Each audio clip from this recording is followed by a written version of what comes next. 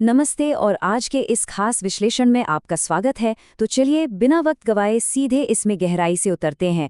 आज हम एक ऐसे मामले की परतें खोलने जा रहे हैं जिसने हमारी पूरी न्याय प्रणाली और व्यवस्था पर कुछ बहुत ही गंभीर और परेशान करने वाले सवाल खड़े कर दिए हैं। बात हो रही है त्विषा शर्मा के बेहद दुखद केस की। आज हम सिर्फ और सिर्फ सामने आए तथ्यों और दावों के आधार पर इस पूरी घटना को समझने की कोशिश करेंगे। हम खौफ में जी रहे हैं। जरा रुककर सोचिए इन शब्दों पर। ये शब्द हैं त्विषा शर्मा के चचेरे भाई आशीष शर्मा के। कल्पना कीजिए, जब एक परिवार अपनी बेटी की मौत की मनहूस खबर सुनकर किसी दूसरे शहर पहुंचता है तो उन पर क्या बीत रही होगी। उनका ये एक वाक्य उस पूरे दर्द, उस भारी संघर्ष और उस खौफ को साफ साफ बयां कर देता है जिसका सामना ये परिवार भोपाल पहुंचने के पहले दिन से कर रहा है। भाग 1, भोपाल में त्रासदी, एक परिवार का दुस्वप्न। आइए सबसे पहले उन तथ्यों पर गौर करते हैं जो पूरी तरह से स्पष्ट हैं।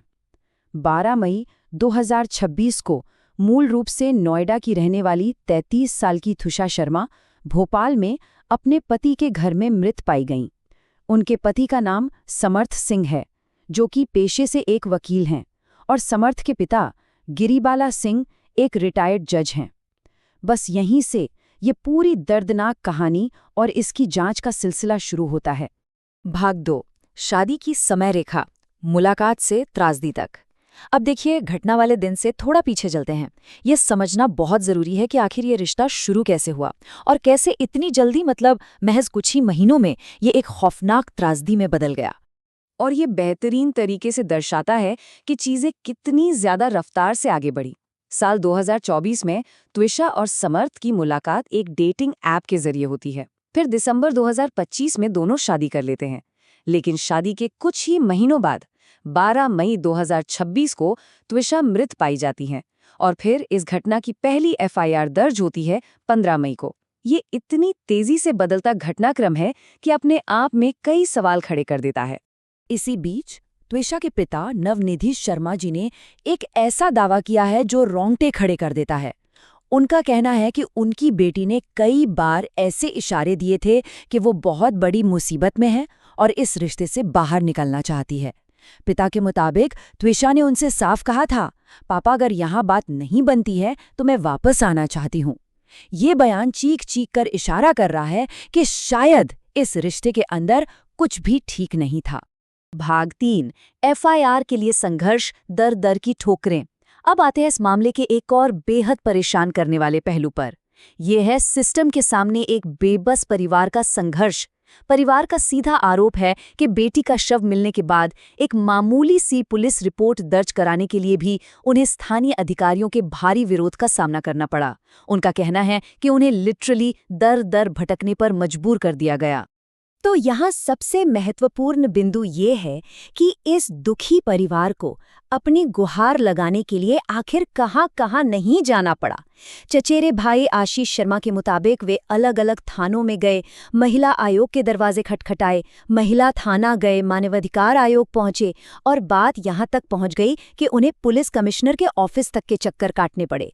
जरा सोचिए, बुनियादी न्याय की शुरुआत के लिए ही उन्हें कितनी लंबी लड़ाई लड़नी पड़ी। और इन तमाम कोशिशों का नतीजा क्या निकला? बेहद हैरान करने वाला। दफ्तर दफ्तर भटकने के इन दावों के बाद एफआईआर आखिरकार 15 मई 2026 को दर्ज की गई, वो भी आधी रात के बाद 2:30 बजे, यानी मौत के पूरे 3 दिन बाद।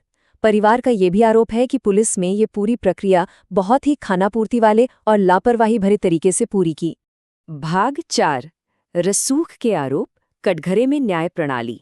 अब एफआईआर में हुई इस कथित देरी के बाद परिवार ने रसूख और पावर के इस्तेमाल को लेकर बहुत ही संगीन आरोप लगाए हैं।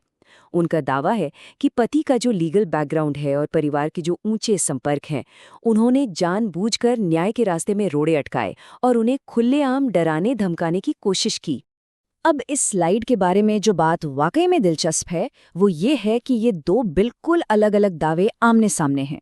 बाईं तरफ देखिए, पिता का ये संगीन दावा है कि त्विषा और उनके लिए जो फ्लाइट टिकट बुक किए गए थे ताकि वो वहां से सुरक्षित निकल सकें, उन्हें जबरन कैंसिल करवा दिया गया। और वहीं दाईं तरफ चचेरे भाई का दावा है कि इतनी गंभीर स्थिति होने के बावजूद पति को लगभग बिना किसी विरोध के झट से जमानत मिल गई। परिवार इन्हीं दो बातों को एक साथ रखकर सिस्टम की निष्पक्षता पर सीधा सवाल उठा रहा है। और बात सिर्फ यहीं खत्म नहीं होती। चचेरे भाई ने कुछ ऐसी असामान्य कानूनी रुकावटों और दबाव का जिक्र किया है जो किसी को भी डरा दे। उनका आरोप है कि सुबह 9:30 से शाम 5 बजे के बीच अदालतें 3 से 4 बार बदली गई। कार्यवाही कथित तौर पर जज के चैम्बर में एकदम प्राइवेट तरीके से हुई। और हद तो तब हो गई जब बाहर एक भीड़ ने परिवार के साथ धक्का मुक्की की। स्थिति इतनी डरावनी थी कि परिवार का कहना है कि उन्हें उस भीड़ से बचाने के लिए भारतीय सेना को बुलाना पड़ा। और इस सब के पीछे का कारण? पिता नवनिधि शर्मा ने एक बहुत ही स्पेसिफिक और सीधा आरोप लगाया है। उनका कहना है कि पति के एक करीबी रिश्तेदार लोकायुक्त जस्टिस सत्येंद्र सिंह हैं। पिता का दावा है कि इस पावरफुल कनेक्शन का इस्तेमाल पोस्टमार्टम को टालने के एक चाल के रूप में किया गया था, जिसकी वजह से पुलिस कमिश्नर को अचानक से न्यायपालिका से परमिशन मांगने की नौबत आ गई थी। भाग 5 जांच जारी है, पुलिस की प्रतिक्रिया। खैर, परिवार के इन हताश कर देने वाले आरोपों के बाद अब हम पुलिस यानी लॉ एनफोर्समेंट की प्रतिक्रिया और चल रही जांच की तरफ मुड़ते हैं। हमें ये भी देखना होगा कि दहेज हत्या और बर्बर हत्या के इन दावों पर पुलिस ऑफिशियली क्या एक्शन ले रही है। तो पुलिस ने एक्शन लेते हुए क्या किया है? उन्होंने इस जांच के लिए एक स्पेशल इन्वेस्टिगेशन टीम यानी SIT का गठन किया है। इस टीम में कुल 6 सदस्य हैं और इसका नेतृत्व कर रहे हैं असिस्टेंट कमिश्नर ऑफ पुलिस यानी ACP रजनीश कश्यप। और अगर हम आधिकारिक कार्रवाइयों को समराइज करें तो SIT फिलहाल दहेज, उत्पीड़न और मौत दोनों के आरोपों की गहन जांच कर रही है। पति समर्थ सिंह और उनके पिता गिरिबाला सिंह के खिलाफ भारतीय न्याय संहिता यानी BNS के तहत चार्ज लगाए गए हैं। और हाँ, फिलहाल पति समर्थ सिंह की तलाश में पुलिस की कई टीमें तैनात की गई हैं और उन्हें पकड़ने के लिए एक बड़ा सर्च ऑपरेशन जारी है। आज के इस विश्लेषण को हम एक ऐसे सवाल के साथ खत्म करेंगे जो सीधे पिता के डर और उनकी बेबसी से निकला है। न्यायपालिका के खिलाफ कौन खड़ा होगा? ये महज एक सवाल नहीं है, ये इस पूरे केस में पावर के बैलेंस और इंसाफ की उम्मीद पर एक बहुत बड़ा प्रश्न चिन्ह है। जब रक्षा करने वाले सिस्टम पर ही उंगलियां उठने लगें तो आखिर सच कैसे सामने आएगा? ये एक ऐसा सवाल है जो हम सबको सोचने पर मजबूर कर देता है। इसी के साथ हमारी आज की ये चर्चा यहीं समाप्त होती है।